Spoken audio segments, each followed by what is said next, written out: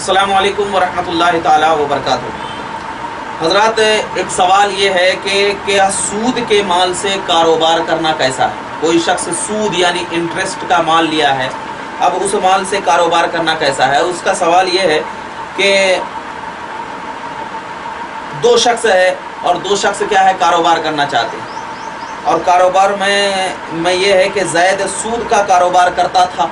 पहले क्या है, ज़ैद जो एक शख्स था वो सूद का कारोबार करता था, लेकिन अब वो एक दुकान चला रहा है जिसमें टीवी कूलर वगैरह हैं। क्या उसकी दुकान से सामान खरीद सकते हैं। पहले सूद का कारोबार था लेकिन अब वो दुकान चला रहा है, तो अब पैसा भी तो होगा, तो वो सूद ही पैसा होगा जिससे दुकान चला रहा है।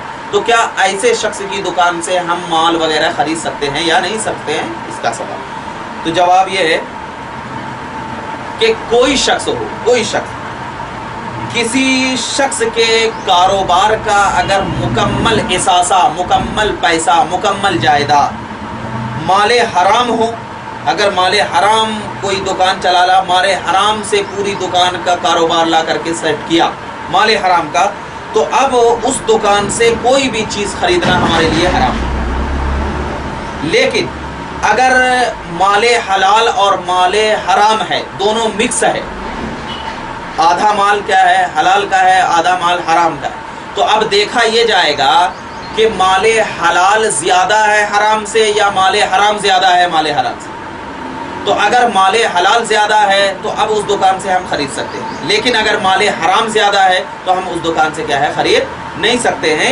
ये क्या है मसला है। लेकिन हमको चाहिए कि हम ऐसे पैसों से कारोबार न करें जो पैसा के हम मारे हराम से क्या है हम खरीदें।